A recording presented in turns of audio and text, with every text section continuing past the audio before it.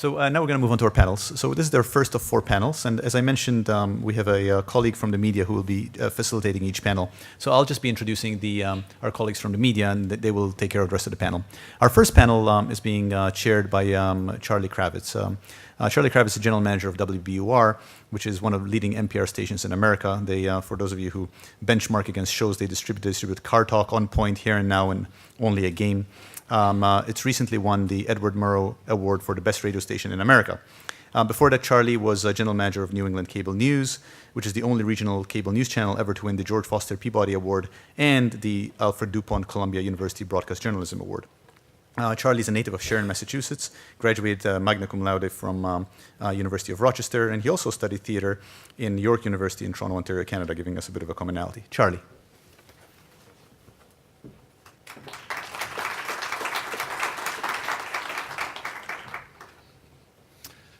It's a pleasure to be here with you all, and I want to jump right into our first panel, which is really an incredibly distinguished group that I've only quickly met 2 out of the 3, so this is my chance to meet them and hear from them for the first time, as are you. Our topic is the health of particular populations, and I want to start by introducing you to Altaf Saadi. I will read you a little bit of her description. All 3 of these panelists are so distinguished that it would take a long time to tell you all of their accomplishments, but here's a brief synopsis. Altaf Saadi is a neurologist and fellow at the National Clinical Scholars Program at the University of California, Los Angeles, where she focuses on promoting healthcare, leadership in health policy, health services, and community-partnered research.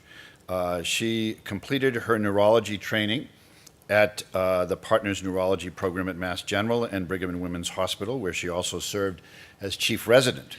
And during her residency, Saadi's interest in health equity led her to work in resource-limited settings in Zambia, Tanzania, and the Navajo Nation, with Boston Healthcare for the Homeless right here in our city, with Doctors Without Borders telemedicine program. And currently she serves as a volunteer member of the Physicians for Human Rights Asylum Network, providing medical and psychological forensic evaluations for asylum seekers. Her research and advocacy focus on health inequities and disparities among racial ethnic minorities, immigrants, and refugees, and enhancing diversity within the medical workforce. Most recently, and this is something we briefly spoke of yesterday, her work has focused on understanding how hospitals and healthcare facilities can ensure that all patients feel safe when accessing healthcare regardless of their immigration status, including publishing a recent viewpoint in JAMA entitled "Making the Case for Sanctuary Hospitals." The term sanctuary hospitals was one that Saadi came up with herself. She's a graduate of Yale College and Harvard Medical School, where she graduated cum laude and received the Dean's Community Service Award. Please welcome Altaf Saadi.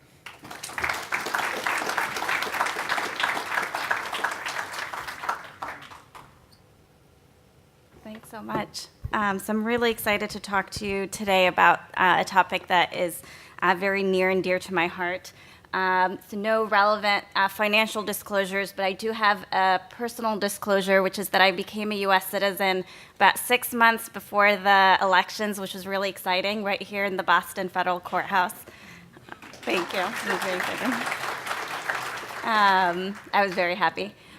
So the media coverage around immigration issues has really focused on the Muslim ban, the wall, DACA, Dreamers, sort of increased deportations, and then more recently, separation of families. And what I was hoping to do today was really try to go beyond sort of what is covered in the media, touch upon some background, and go through the tax against immigrants as it relates to entry, provision, denial of immigration status, deportation, and detention.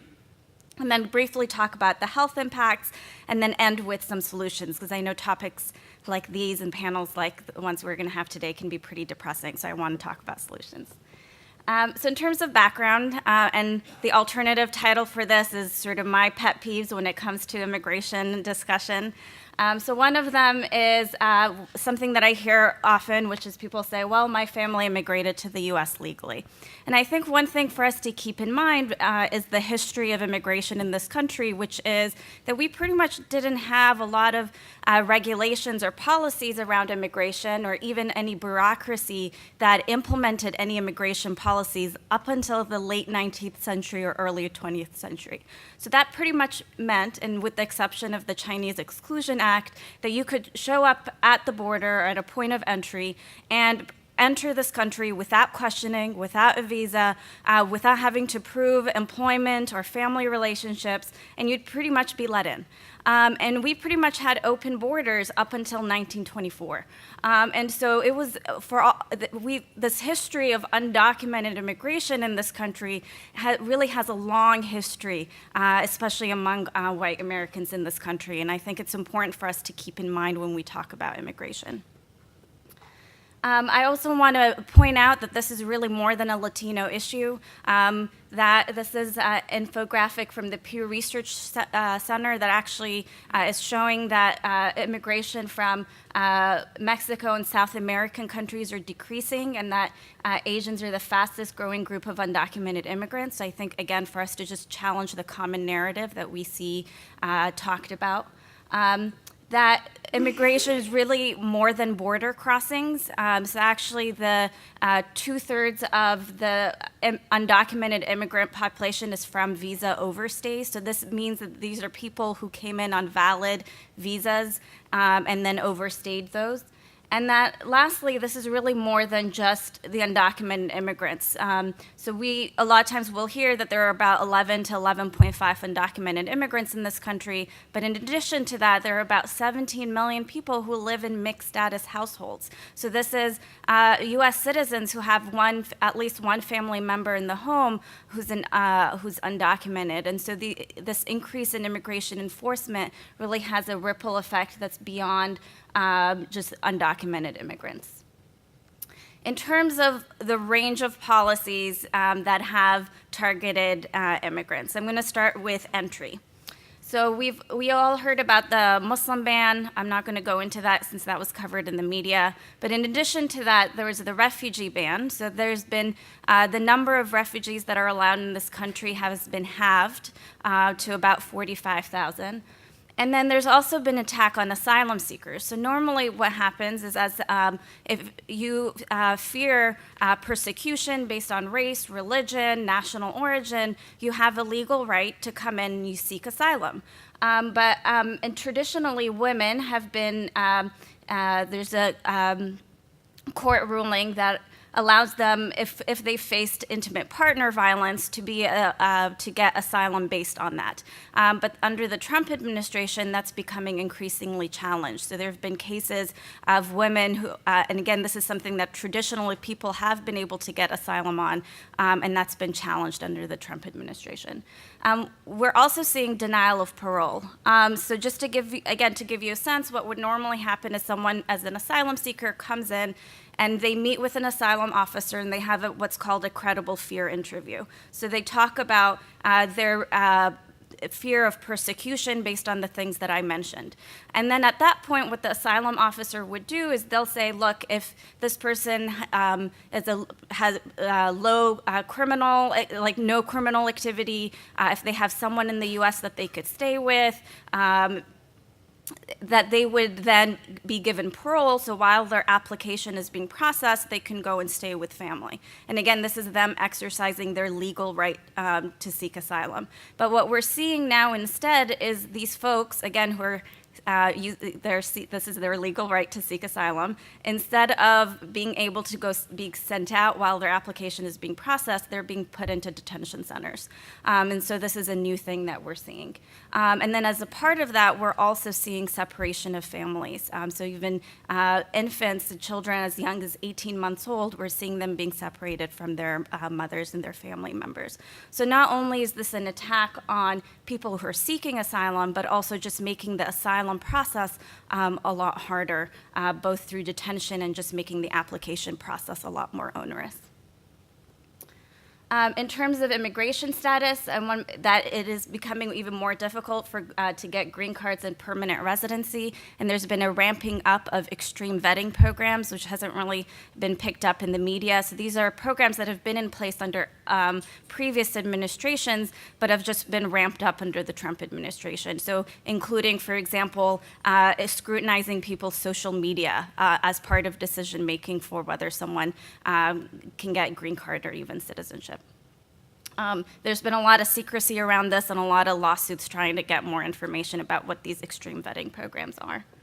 There have been challenges to the H-1B visa program. So this is a visa program that my father came in on, which is a temporary visa for those highly skilled workers. And what we've seen in the past years, there's been a 45% increase in the challenges to H-1B visa programs. And this has come in tech industry and hospitals, research, and again, not something that's really been picked up or talked about, but again, that this attack on immigrants is really beyond just people who are doing this illegally, that these are people who are going through the channels that they're supposed to be going through, and then they're still seeing challenges. And then there's also been termination of special immigration status programs, including DACA, TPS, and I'm not going to go into those again because it's just been more covered in the media. In terms of deportation, we're seeing that everyone is an enforcement priority. So what would happen beforehand is that the immigration official would have discretion to say, if you've been in this country for a really long time, if you have family members who are citizens, especially children who are U.S. citizens, if you're taking care of someone who has disability or you're sort of the full-time provider for them, that they would say, look, we're not going to prioritize you for deportation, we're going to prioritize criminals for deportation. But what we're seeing now is that everyone is a target, including green card holders, which a lot of people don't realize can get deported. So this is a case of actually a doctor in Michigan who's been in the country, he has a green card, he's been in the country for the past 40 years, and now he's in removal proceedings because of misdemeanors that he had as a teenager. One of those misdemeanors was destruction of property less than $100. And because of that, now he's in removal proceedings. So again, with this idea that everyone is sort of a target rather than there being enforcement priorities. And then in terms of detention, we're seeing increase in detention quotas. There are actually even certain now quotas for judges to get through a certain number of cases. And so a concern in the legal community that we're prioritizing sort of numbers over justice. We're also seeing detention of pregnant women, which didn't happen before. There's also now policies around indefinite detention. So people, and you can think about all the potential health consequences of that, where people previously could get court hearings sort of before, after a certain period of time. Now they can sort of just be held indefinitely. And then we're also seeing an increase in private detention centers. So actually in the 2018 White House budget, there was about an increase in $1.2 billion that were earmarked just for increasing detention center capacity. And 2/3 of those in detentions are being held in facilities run by private prison companies. And what we know from previous data is private prison companies prioritize profits, and so they try to cut corners. And a very common way that they do that is healthcare. I just came back from a tour of detention centers in Texas that was organized by Human Rights First, and have also been doing some cases of folks in detention, and it's just really appalling to see the complete medical neglect that is happening in detention centers.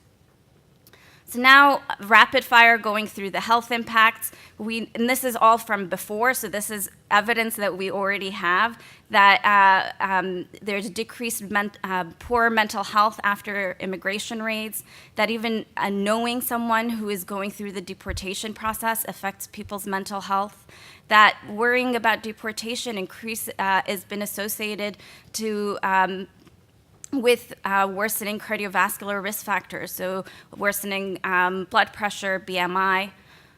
We know that there are changes in birth outcomes among infants born to Latina moms, and this is not just immigrant Latina moms, this is US-born Latina moms as well, that there is this spillover effect that we see.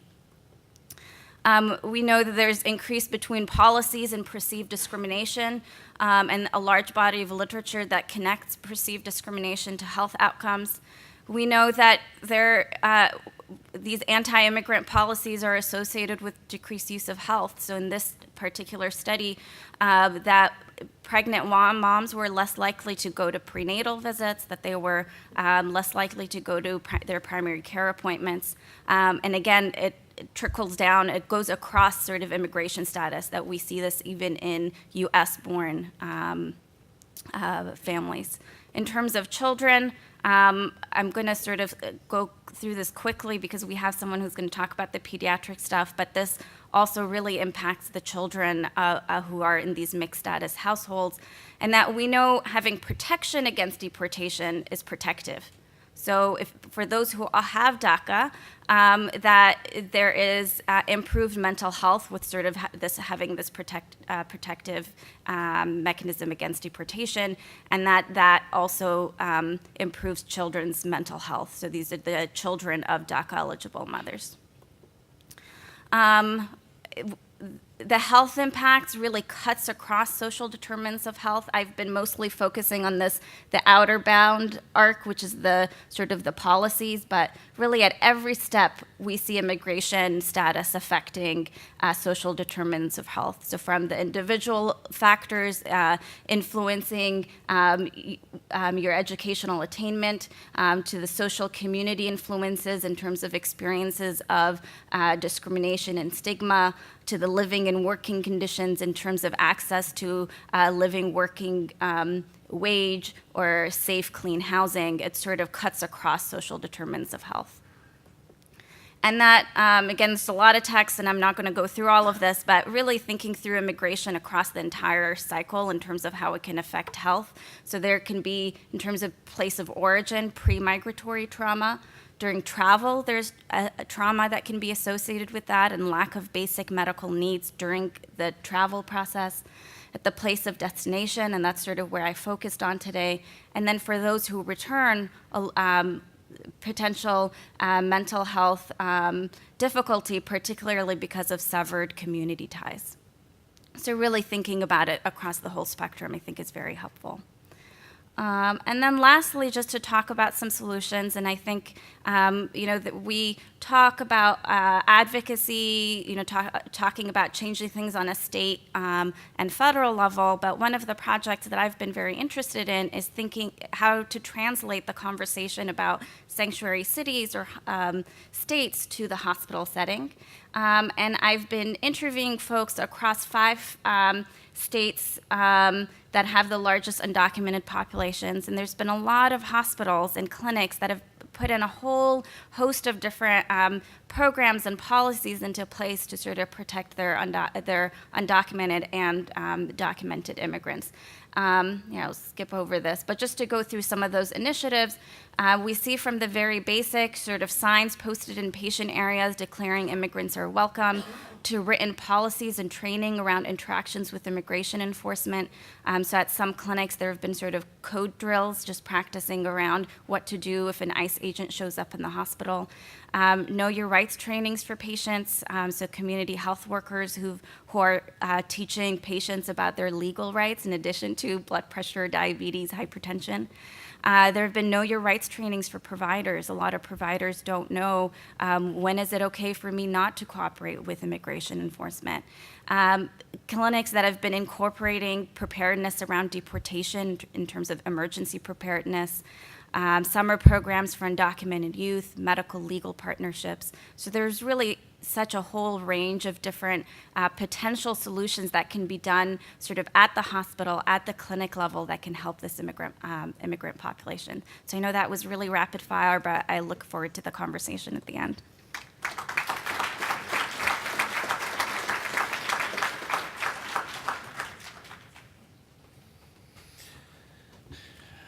That's a lot to take in, and we have more. We will talk together. Altaf was looking at the health of immigrants. We're now going to move on to the health of minority populations with Zinzi Bailey. So just to give you a quick synopsis, Zinzi is a social epidemiologist focused on cancer health disparities, as well as the health impacts of and policy solutions for structural and institutional discrimination, especially at the intersection of public health and criminal justice. She's also interested in the use of data and indicators in equitable policy and management. Bailey is currently an assistant scientist at the University of Miami. This is one of the longest titles here. Assistant scientist at the University of Miami Miller School of Medicine's J. Weiss Institute for Health Equity at the Sylvester Comprehensive Cancer Center. She was the director of research and evaluation at the Center for Health Equity in the New York City Department of Health and Mental Hygiene from 2015 to 2017. Bailey received her DSc in Social and Behavioral Sciences from the Harvard T.H. Chan School of Public Health and at an MSPH with a concentration in global epidemiology from Emory University. Please welcome Zinzi Bailey.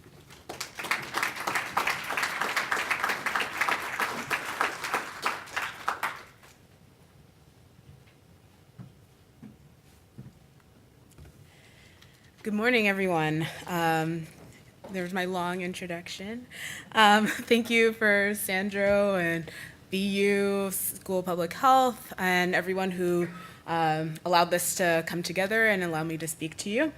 And I was asked to speak specifically, as you heard, about the relationship between current policies, policies of this administration, and the health of minority populations. To be honest, as I started to craft this talk, especially thinking about, what Mary would say and, Altaf's comments and all of these other components, in some degree, a lot of what I have to say has been said, right? But in another sense, I'm also thinking through all of what's going on, and I feel conflicted. Right? So for this reason, my remarks may be a little bit more provocative than informative. Another reason is because a lot of this data is not here yet. I feel like we have entered a new era, a surreal era where facts and data don't matter, where people can shamelessly express racist, anti-Muslim, anti-immigrant sentiments in public forums, without their political careers being in jeopardy, where mandatory minimum sentencing is proposed and advocated for again, where politicians can justify blatantly white supremacist violence, where we can be seriously considering a wall along our southern border, where rule of law seems to be left by the wayside, and where we have to advocate that Black Lives Matter. But oh wait, in another sense, perhaps a jaded sense, maybe an optimistic sense, one can say that facts didn't matter before, at least not concerning most of the people of color in this nation. The marginal increase of mortality in non-Hispanic whites since 2000 that Mary presented earlier elicits more alarm than the decades-long increasing mortality among Native Americans and the 50% higher premature mortality rate for Blacks compared to whites. This is something that is of utmost concern, these deaths of despair. Attention to the health of marginalized, racialized groups is not sexy. These disparities are expected and they're normalized. In short, despite disturbing political developments of late, which are important and the reason why we're here, we live within a continuing regime of structural racism, which impacts health inequities. When I spoke at the symposium a year ago related to the Lancet series that came out on inequality in the United States, I spoke specifically about structural racism. In those remarks, I mentioned that structural racism has been called an invisible evil because it is so pervasive, not only affecting sectors and systems, but also making us colorblind to white supremacy. It prevents us from seeing health inequities as a call to action. This moment in time is decades in the making. It's centuries in the making. Little by little, we've set the stage for our current political structure and policy landscape, including through the privatization of everything from healthcare to prisons, criminalization of health behavior, and blind faith in the free market, including the free market segregation that we call gentrification. And the subjugation of people of color has continued throughout, across administrations, political affiliations, and speakers of the House.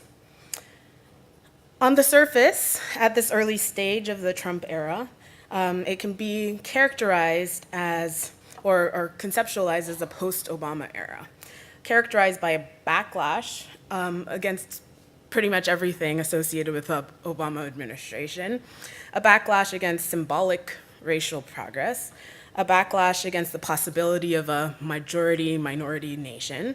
This is pretty rich, considering that before colonial imperialism, the majority consisted of native peoples. This is an era pretty much characterized by fear, by tribalism, and the release of pent-up racialized aggression. 1 year now after my remarks at the last symposium, structural racism continues, unharmed, but one could argue that its invisibility cloak is losing a margin of its effectiveness.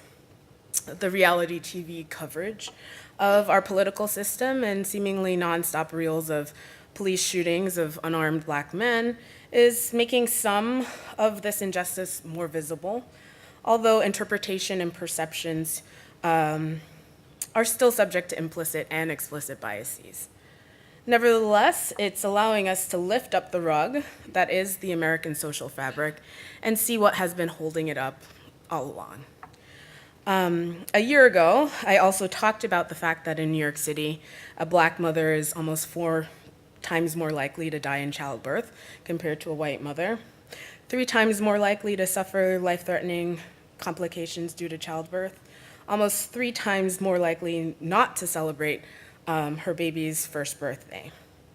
Latest data would seem to reflect similar relative disparities, although they don't yet reflect, the first year of the administration. And we heard a little bit more about what may be to come from Mary earlier. I fear that these numbers will deteriorate in our current climate, but I question when will the disparities be large enough to warrant serious attention to systemic change? Last year, I also spoke about the fact that structural racism places the burden of proposed budget cuts, restrictive bills, and austerity plans on people of color. And these are policies that have, and practices that have historical precedents. These included, the things that I've mentioned at the last symposium include, and I wanted to focus in on, kind of proposed budget cuts for HUD, backtracking on criminal justice reform, seeing these as avenues, they were avenues previously identified for potential policy levers for dismantling structural racism. On a positive note, the sweeping budget cuts to HUD proposed by the White House have not yet come to fruition. However, Ben Carson has delayed the implementation of the Obama administration reinforcement of the Fair Housing Act, particularly the mandate for local governments to affirmatively desegregate their communities. This is a kind of incomplete promise of the Fair Housing Act that actually some advocates are they're suing Carson for this delay. However, unfortunately, Jeff Sessions has been more effective at carrying through with policy threats. Since the campaign, there's been a lot of false claims of crime waves and false associations between immigration and crime, as has been previously noted. And this has set the stage for, thus far, a recommitment to private prisons and immigration detention centers, kind of in parallel, curtailed federal oversight of police, opposition to bipartisan sentencing reform in favor of maximum sentencing, especially for drug offenses, and encouraging federal law enforcement in states that have legalized medical or recreational marijuana. Well, for the moment, other forms of incarceration have followed previous trends. We have seen increased immigration arrests, raids, and detention, as well as increased privatization of prisons, or planned privatization of prisons. We don't know exactly what's coming next, but regardless, it's safe to say that under this administration, we don't have the same political opportunities to dial back hyper-incarceration in Black and brown communities. This hyper-incarceration was set in motion decades ago. There are numerous examples that I won't get into today. I'd rather keep my remarks brief so that we can have a rich discussion. But what does this all mean for the health of minority populations in the US in the Trump era? Our data is still scarce, right?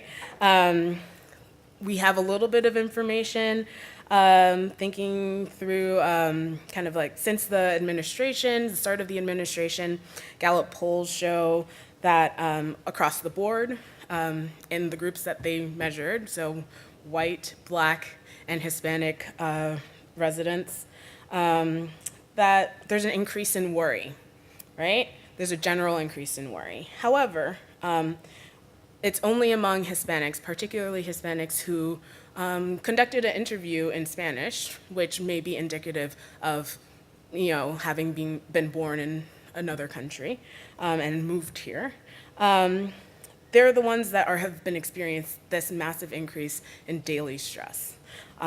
This may be reflected later on in a wealth of different health outcomes, but this remains to be seen. It's important for us to stay vigilant. In short, the health of marginalized, racialized groups is in danger, but their health has been in danger for a long time, for decades, if not centuries. Focusing on this political point in the patterning of the health of marginalized, racialized groups is important, but doing so without an eye to historical processes that have brought us to this point lacks the understanding of structural racism. And if we do not tackle structural racism, health inequities will and do persist, regardless of administration. However, I would like to end on a more encouraging note. So I'd like to highlight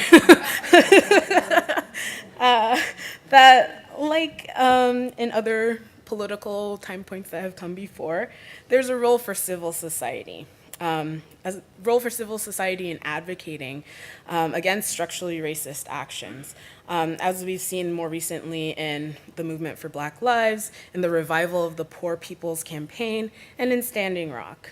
We can create, renew, and sustain pressure for systemic change regardless of administration. In the words of Dr. King, we must use time creatively and forever realize that the time is always ripe to do what's right. Thank you.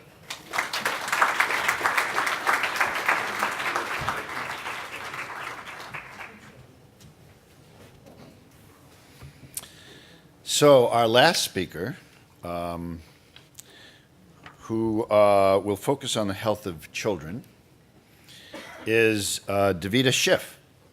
Davida is a general academic pediatrician and health services researcher focused on understanding how substance use in pregnant and parenting women impacts the health of children and families. She is the medical director of the HOPE Clinic, which is harnessing support for opioid use in pregnancy and early childhood, at Mass General Hospital, a multidisciplinary program in caring for women and families from the time of conception through the first 2 years postpartum. Her scholarship has focused on understanding the stigma toward pregnant and parenting women with opioid use disorder, creating and implementing a specialized curriculum for trainees, caring for substance-exposed dyads, assessing the impact of hospital and professional guidelines around supporting breastfeeding in mothers with OUD, and evaluating a novel police-led addiction treatment referral program in Gloucester, Massachusetts, which many of us have heard a lot about. Her work has been published in the New England Journal of Medicine, JAMA, Pediatrics, and many other journals. She is an instructor in pediatrics at Harvard Medical School. Davida is completed her undergraduate training at Columbia University, medical training at BU School of Medicine, the pediatric residency at a Boston Combined Residency Program at Boston Medical Center and Boston Children's Hospital, General Pediatrics Research Fellowship at Boston Medical Center, and a master's program in health services research from the Boston University School of Public Health. Please welcome Davida Schiff.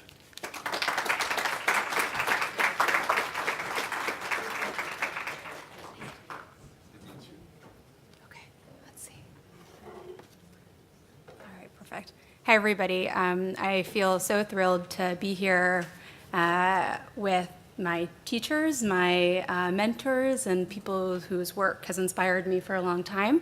Thank you so much to David and Stephanie and Sandra for including me in today's event. So I'd like to talk to you today about the health of children and families and how it's been impacted by policies under the Trump administration. I have nothing to disclose. And I wanted to start off with just some statistics on really where the state of America's children are today. This data comes from the annual report from the Children's Defense Fund. There are currently 13.2 million children who are living in poverty. That's 1 in 5 children who live in the United States. There are 14.8 million children who live in food insecure households. There are almost 4 million children who currently lack health insurance. There are 1.2 million children in our public school system who are currently homeless. There are 500,000 youth who are involved in the criminal justice system, whether in the juvenile justice system or in adult prisons and jails. And there are over 3,000 children and teens who were killed with a gun in 2016, which is about 8 children or teens a day. And in all of these statistics, children of color have been disproportionately impacted. Yet when we take a look at the 2019 fiscal year proposed budget by the Trump administration that was recently released, their plan will leave these vulnerable children further behind. They've made plans to cut Medicaid by $1.4 billion over 10 years, and recently proposed to cut CHIP, the Children's Health Insurance Program, by even further, have proposed a 30% reduction in the Supplemental Nutritional Assistance Program, or SNAP, which would cut benefits for over 4 million low-income families. They proposed to eliminate important supports related to housing. They proposed to cut the Temporary Assistance for Needy Families program by 10%. And they proposed to cut funding for the program that supports federal gun background checks by 16%. What I'd like to talk with you today about are 3 areas that I think are particularly impacted, both through data and also through humanizing the stories of the lives of 3 patients that I've cared for. None of these photos or the names that I'm using are the actual patient to protect their privacy. So first, I'd like to talk with you about Diego. Diego is a 5-year-old who had crossed the US-Mexican border with his mother 2 weeks before I met him on the inpatient pediatric floor at Boston Medical Center. The family was originally from Honduras, where they had left to escape gang violence that was impacting their family, and were detained in a border detention center in Texas for 2 weeks before being released to family who lived in Chelsea, Massachusetts. On arrival to Boston, the patient was actually sent directly to our hospital after he was having a significant shortness of breath, was found to have a multifocal pneumonia, and was treated with IV antibiotics at our hospital. For the duration of the hospital course, there was great uncertainty over whether the family would be able to stay together. The mother was wearing an ankle tracking device throughout the hospital stay. And then at the end, there was no rehab facility that would accept this patient for the post-acute care because the Medicaid coverage would only cover acute services. As difficult and challenging as Diego's story was for that family and for him, what would have happened if he was to cross the border today with his mom? As we heard really eloquently from Dr. Saadi, there's been an increase in separation of families at the US border. In a recent New York Times article, they reported that over 700 families have been separated at the border, with 100 of those families to children that are less than 4 years old. Another proposed plan of the Trump administration is to change public charge determinations that would lead to public assistance use, potentially meaning individuals would be denied permanent residence. So currently, the public charge determinations only apply to cash assistance programs such as Social Security or the temporary assistance for needy families. The proposal would actually expand this definition to include many health and nutrition programs that the children and families that I care for rely on, such as CHIP, SNAP, WIC, and Head Start. And so individuals who use these programs could potentially be denied lawful permanent residence and possibly deported. And so this will affect particularly family members of children who would potentially legally be eligible for these services, who may then fear signing their children up or accessing resources that are critical to support their development. As we also heard from Dr. Saadi and Dr. Bassett earlier, Trump's been quite public about his plan to phase out DACA, the Deferred Action for Childhood Arrivals, estimated that approximately 800,000 individuals could be at risk of deportation. And with talking with Dr. Saadi yesterday, this doesn't mean that it's just these individuals who are potentially impacted, but with the average age of DACA recipients being 26.5, the majority of which are women of childbearing age, we're also talking potentially about the separation of young families. Next, I want to talk with you about Maya. I met Maya a couple days after she was born, while she was being monitored in our hospital for symptoms of withdrawal after in utero opioid exposure. She was born to a mother with a history of polysubstance use, whose mother was started on methadone treatment early on in her pregnancy. She entered a family and residential treatment program, and Maya was born on her due date with her mother at her bedside the entire time. There were no medications that were required to treat this infant's symptoms of withdrawal, and she went home with her mom to the residential treatment program, where they stayed for about 6 months until the mom was discharged from the program, and she went back to live with the father of the baby, whom she had a history of domestic violence with, who was still struggling with active substance use. And a couple months later, the mom also relapsed, and at 8 months post-delivery, emergency response was called after the mom overdosed and the infant was strapped in the car seat next to her. The story of how the opioid epidemic has impacted the families that we care for can be seen both graphically but also in these anecdotes. So you can see in the figure on the left, the overdose deaths have significantly increased, and while previously over the last 10 years the number of families in the foster care system had started to decline, they've increased in the last 5 to 6 years. And when you take a look at the map on the right, you can see that the counties in red are those that have higher rates of drug overdose and also higher foster care entries than the national average, and they're sort of located in pockets that we know have been highest impacted by the opioid epidemic, including Appalachia. I wanted to share with you just briefly some forthcoming data from my own research that I've done with colleagues at the School of Public Health and the Department of Public Health here in Massachusetts that really, I think, captures the story of Maya and her mother quite well. We know that pregnancy is a motivating moment for women to make changes in both licit and illicit substances. And subsequently, when we took a look at a statewide administrative data set of women with evidence of opioid use disorder in Massachusetts, during pregnancy, the rate of overdose events decreased as pregnancy progressed, but that increased significantly in the postpartum period. If you look at that 7 to 12 month mark, which is where Maya's mother was when she had her overdose event, there seems to be a spike in that period in the later part of her first postpartum year. What we next did is we stratified this data, taking a look at women who had evidence of receiving pharmacotherapy, so treatment with either methadone or buprenorphine, in the month that overdose happened. And overall, it does seem that these overdose events are mitigated by remaining on pharmacotherapy treatment. Although something is happening in those 7 to 12 months, that means that there needs to be additional data and understanding to understand what's happening to these women. So you might be saying, if there's one area that the Trump administration has prioritized, as Dr. Bassett mentioned, it is the opioid epidemic.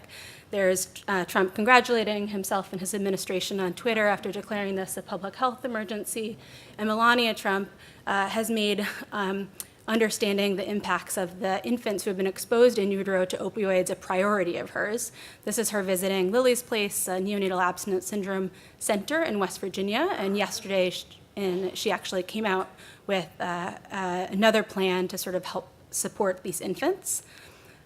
What I would say is really missing from Trump's opioid plan is that in the language that he's used in the discourse in the most recent announcements, that he's failing to promote evidence-based treatment.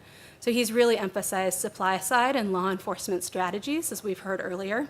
The death penalty for drug dealers, proposing to build a border wall, with really much less attention to what we know works with prevention and treatment. I'd also argue that vulnerable populations have not been emphasized or prioritized, including treatment for incarcerated individuals and increasing treatment for pregnant and postpartum women, like Maya and her family. And that additionally, the resources that are really needed to support the recovery of the patients and the families that I care for, housing, transportation, and social services, have not been optimized. And in fact, all of the programs that support these have been proposed to be defunded under the administration. Finally, I want to tell you about Kenny. So I met Kenny when he was 7. He is a little boy from Dorchester who was playing outside at a playground near his house about 2 blocks from his home on a hot summer evening, and he was hit in the stomach and his leg by 2 stray bullets in a drive-by shooting that required amputation of his damaged leg below the knee and extensive surgeries to repair his abdominal wounds. I met him during his over 2-month-long hospital course in our pediatric intensive care unit here at Boston Medical Center, where he has perhaps normal, but certainly incredibly intense stress response, developed selective mutism, and would talk to only a very few number of his care providers, and was extraordinarily difficult to console after hearing any loud noise, such as doors or the very frequent hospital alarms and bells that would go off. So what do we know about the impact of gun violence in communities that experience gun violence every day, both people who experience it themselves but also witness gun violence? Unfortunately, we actually know very little. Part of that's due to the gun violence research ban that went into place in 1996. As you can see, prior to that, the Centers for Disease Control supported funding of gun violence research. In 1996, greatly due to lobbying from the National Rifle Association, a ban was put into place that was in existence until 2013 after the Sandy Hook school shooting that was lifted under the Obama administration, and that you can see is sort of the small spike in the research that's happened since then. What does the research that we know say? It really, I think, convincingly says that the availability of guns contributes to gun violence. The figure on the right shows you the number of gun homicides in the United States is 30 times greater than any other industrialized country. And that data that really led to the NRA sort of promoting the ban on gun violence showed that accidental shooting deaths were 3 times more likely to occur in homes with a firearm than homes without. When they've looked both within county and within states and within comparing the United States to other countries, where there are more guns, there have been more homicides. And then quite strikingly, 1 in 3 children in the United States currently live in homes that have guns, and 1.7 million of those live in homes that have unlocked and loaded guns. I think it seemed like there was some hope in the wake of the recent school shooting in Parkland, where President Trump said that he would be willing to take on the NRA and think about stronger gun control legislation. But last week, if any of you followed Trump's speech at the National Rifle Association, instead he sort of reverted his discourse to saying that he'd like to arm teachers, and he would like to increase the number of school security guards instead. I'd also like to end on a hopeful note, because I've been enormously inspired by the work that's happened by the youth in the wake of the school shooting in Parkland. I think it's been inspiring to watch these youth sort of lead a new movement, not just in thinking about the impact of school shootings, but they've used their platform to also say that the communities like Kenny's who experience gun violence every day need to band together with individuals who are also sort of victims of these more mass shootings to say, how can we really think about gun violence prevention activism? Many of you may have participated in the March for Our Lives that happened in many cities across the country. And I think seeing these students mobilized in a new way and working together has certainly inspired me, and it's certainly inspiring my next generation. So thank you.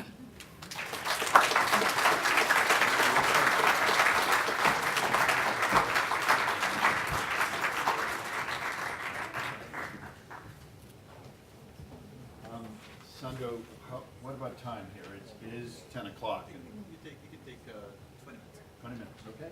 Great. Good. Excellent. Can you hear? Is this on? Yes. Okay, good.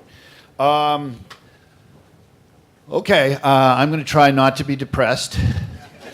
Wow. This was hard to listen to.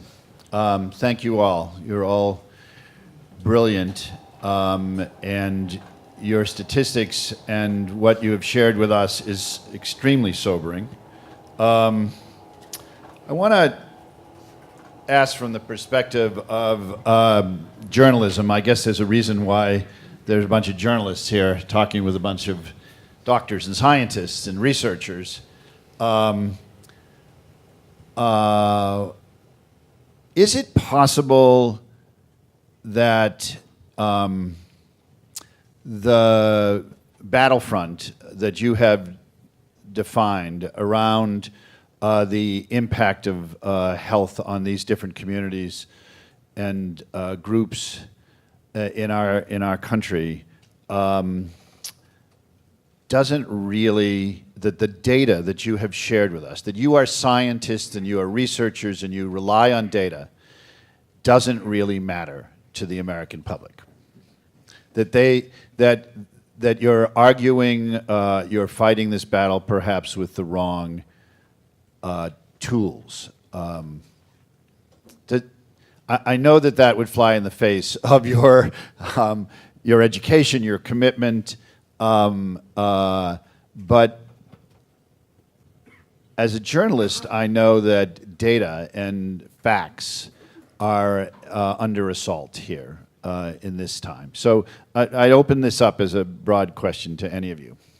I think from my perspective, I don't think it's necessarily that the data doesn't matter, but I think an important reminder for us that the data needs to be supplemented with stories, right? That the stories sort of give life to the data. And I think that is something that we need to be better about doing. And I think that especially is the case around immigration issues, that it really is around when you share the stories of individuals, as Dr. Schiff did, that's sort of what really sways people in addition to the data. So I think for me, it's more that we need to be doing a better job of sort of merging the two and trying to give personal stories that come along with the data.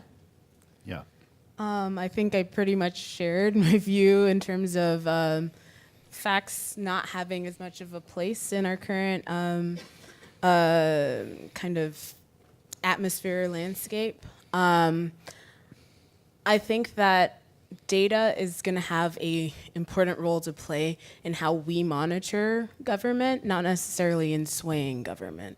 I think there are things that there are uses for data at this point, and I think less so for me in terms of individuals, because I think individuals have also been vilified and criminalized, and the stories, if you just look at the stories of the shootings of unarmed Black men, there's always a narrative that comes out around each of these individuals. So I would say I'm actually moving away from personalized stories and moving towards history and being able to actually provide a history lesson or, reinforce the lessons that we've learned already from history in the patterning of resources in this country as well as the health in this country. So I think being able to continually contextualize what is happening here for our own social movements as well as where we're going in the future. Davida. I agree with my colleagues. I think the only thing I might add is perhaps we also then have a responsibility to better translate the data, not just through individual stories, but also thinking about new approaches to multimedia and figures and displaying information in a way that feels like it reaches not just the people who happen to be in this room, but the people who are not watching this. Correct. And if I can just tack on, I think if there's anything that we've learned through the starting of Race to Justice in the New York City Health Department is that when you just shared disparities data, and I actually tried to stay away from sharing disparities data, it reinforces preconceived implicit biases. People put their own, implicit biases of how they explain those differences. So I've actually put more attention to explaining the story and explaining history and how we've gotten to this point before getting to a visualization. And maybe it's figuring out ways to visualize our history in ways that communicate to our general public. So I'm struck by your comments about telling stories or not telling stories, using history perhaps. History I think of as filled with stories. As journalists, and particularly in public radio, which has kind of focused on narrative journalism, and is thriving at a time when journalism is a mess and dying in much of the country. Do you not to make this about journalism rather than public health, but are you frustrated with your, and do you see your responsibility to find a way to break through with journalists, with the public, around these issues that you devote your lives to? At a time when the bully pulpit is in the hands of those people who are truly in opposition to your concerns and your work. The question for me, and this is a question that we're all struggling with around our dinner tables, in our families, in our communities, is how do we talk across these profound lines that and walls that have been brought up, so that people can't have that conversation that is so essential to try to do something about these tremendous health impacts that you've defined, as well as so many other issues, the impacts of the Trump administration. How do you feel that you can break through? I mean, here we're talking inside of a symposium in a school of public health. Do you feel that it is your responsibility to find a way to get beyond this community into the larger conversation? I can just start. In the population that I think a lot about, so pregnant and parenting women with substance use disorder, we often hear the stories of the vulnerable victim infants, but you hear much less about the mothers. And one of the things that I've been working with is how do we actually elevate the stories of these women and their experiences? And I think through the availability now of new forms of narrative journalism, of women being able to make podcasts themselves, to photojournal through the experience of their pregnancy and postpartum period, we're actually able, as researchers and as advocates, try to elevate those stories, and we hope to do so. I personally think that journalism is, regardless of this being an era of fake news, I think journalism plays an essential and important role in furthering the ideas that we've explored in our research, and it's incumbent on us to be able to learn how to communicate our research, not only to translate but also to participate in the communication of messages on being able to partner with social movements, being able to communicate ideas in various fora in order for our message or the true impacts to be felt. I think communication is going to be essential. Maybe this is a bad place to say this, but communicating through the academic journal is probably not going to get us there. We're going to have to figure other ways out of communicating our message. And it might not be through the traditional ways that we've done it before or that we've been trained to use. My inner introvert does not like to communicate that much, but I think it's necessary and essential for achieving health equity. I just want to give some concrete examples of how I think journalism is really powerful, especially with the immigration issue. So I've been collecting cases of immigration enforcement in hospital pretty much since the Trump administration came into place. And there have been several cases.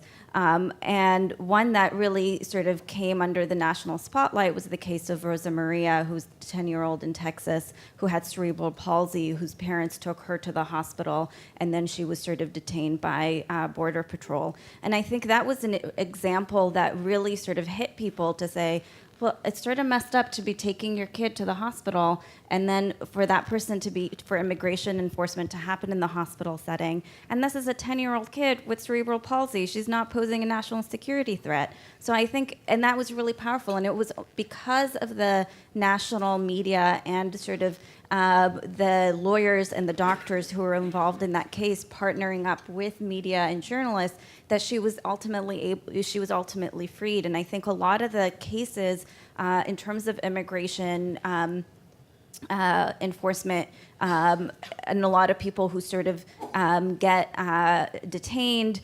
are able to sort of at least be released or be with family because of significant media attention and pressure. So I very much sort of see it as being within our responsibility to work with journalists and media to sort of get our message across and sort of do good by our patients.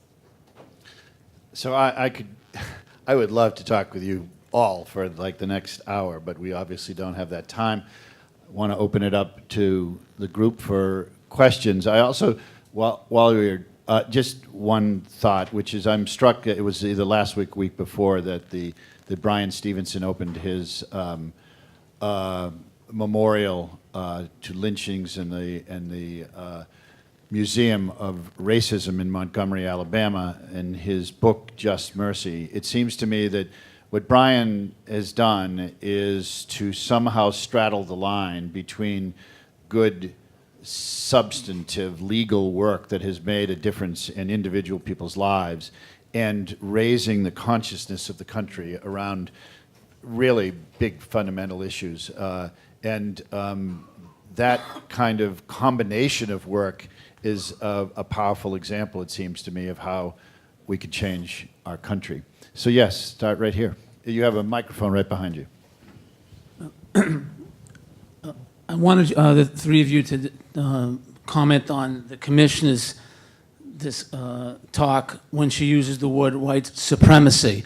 I think that term for the general public is going to be inflammatory.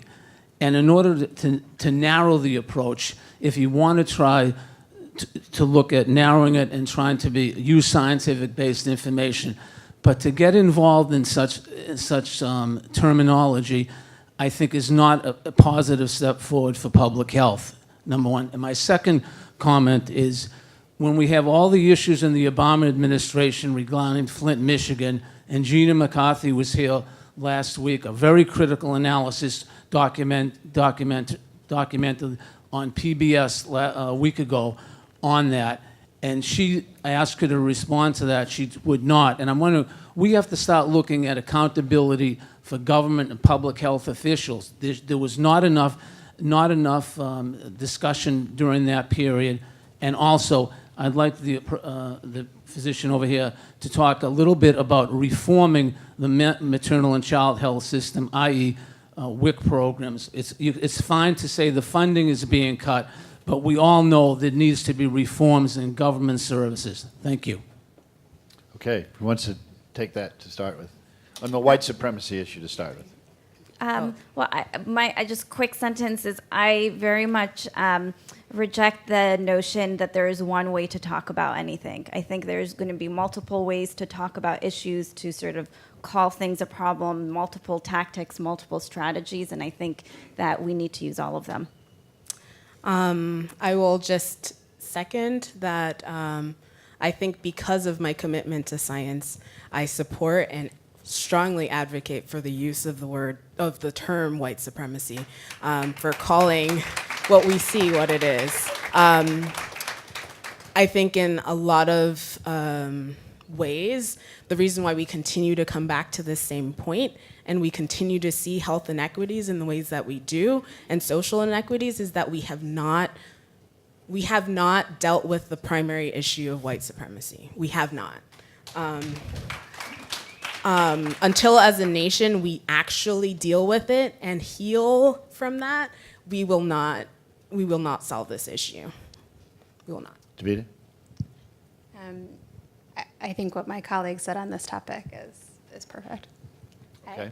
I can respond to the Yeah, third point. any response on the yeah, others? I think it's a really good comment and question, and I would want to have a further conversation with you and other experts who've actually thought much more about these maternal child health systems to think about distribution.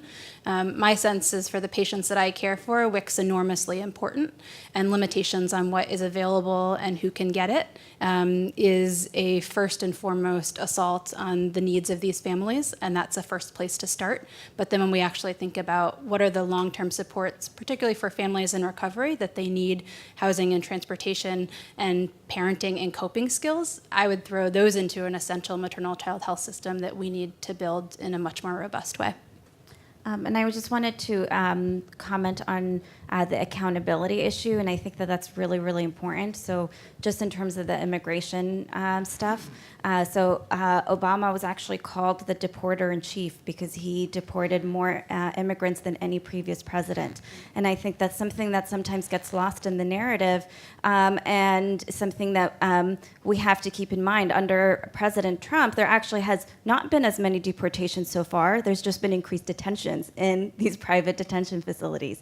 So again, I think for us to sort of keep in mind that it is sort of holding people accountable across parties, and not to sort of let it's not sort of a Democrat-Republican issue. It's sort of holding our government leaders accountable for what's best for our patients. I echo my colleagues and say that that's where data does play a role in our accountability system. Okay. Please join me in thanking the panel and the moderator.